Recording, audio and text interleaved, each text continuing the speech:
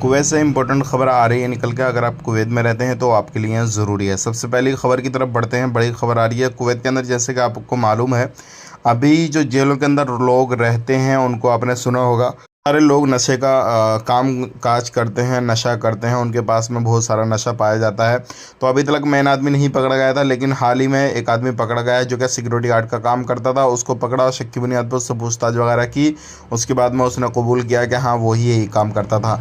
तो अब इस तरीके से बहुत सारे लोग जो थे नशे का काम करते थे, और कहाँ से वो लेकर आता था, क्या करता था, क्या नहीं करता था, कौन कौन लोग कांटेक्ट में है, सबसे इस तरीके की पूछताछ वगैरह हो रही है। तो इस चीज़ का ज़रूर ध्यान रखें। अगर आप भी कहीं पे कामकाज कर रहे हैं, किसी भी तरीके से इलीगल एक्टिविटी वगैरह कर रहे हैं, तो आप ज़रूर जो है सतर्क हो जाएं, सावधान हो जाएं। अब बात कर लेते हैं। यहाँ पे एक बड़ी खबर आ रही है निकल के इफ्तार को लेकर। रमज़ान करीब आ रहा है, चेकिंग वगैरह सब चीज़ें हो रही हैं, लेकिन इफ्तार को लेकर बड़ी बात कह दी गई है। और सऊदी अरब के अंदर इफ्तार को लेकर कहा गया है कि अभी भी इफ्तार के लिए अलाउ नहीं है, मस्जिदों के अंदर इफ्तार नहीं करने दी जाएगी, परमिशन नहीं है। तो एक बड़ी खबर आ रही है। अगर इफ्तार आप भी कहीं पे करते हैं, किस तरीके से खुद भी सोच रहे हैं, विचार कर रहे हैं, तो हो सकता है कि कुवैत के अंदर भी इस तरीके से अलग अलग कंट्रियों में भी जो है इफ्तार की परमिशन नहीं दी जाए।